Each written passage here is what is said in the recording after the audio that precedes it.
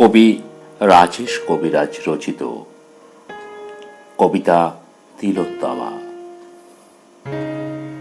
কথা ছিল এবার পূজায় কোনো সাউন্ড বক্স বাজবে না, কিন্তু বেজেছে।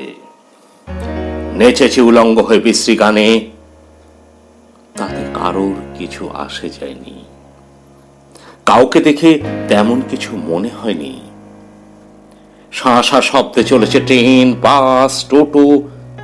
মানুষের ব্রেন আরো উন্নত হয়েছে কোটি কোটি টাকার প্যান্ডেল বানাতে।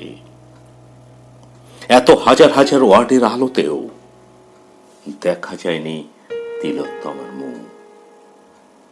কোটি কোটি মানুষের হাসিতে বিলুপ্ত হয়েছে হাহাকার, কান্না, কিন্তু কারোর কিছুই মনে নেই।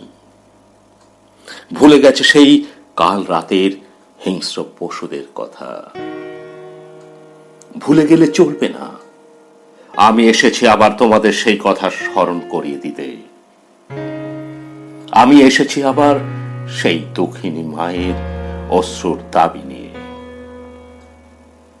আমার আবার সেই কথা মনে পড়ে, যখন অশ্রুর বদলে রক্ত পড়েছিল চোখ দিয়ে।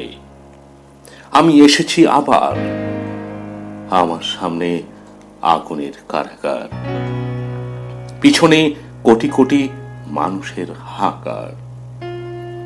এই সময় আমরা কি থাকবো নির্বিকার, নাকি নতুন করে আবার দেখতে হবে অন্য কোনো মুখ তিলোত্তমার? না না, আর দেখতে চাই না কোনো অসহায় মায়ের মুখের কান্না। এবার হতে মায়ের পূজায় নিরীহ পাঁঠা না দিয়ে বলি ভাই,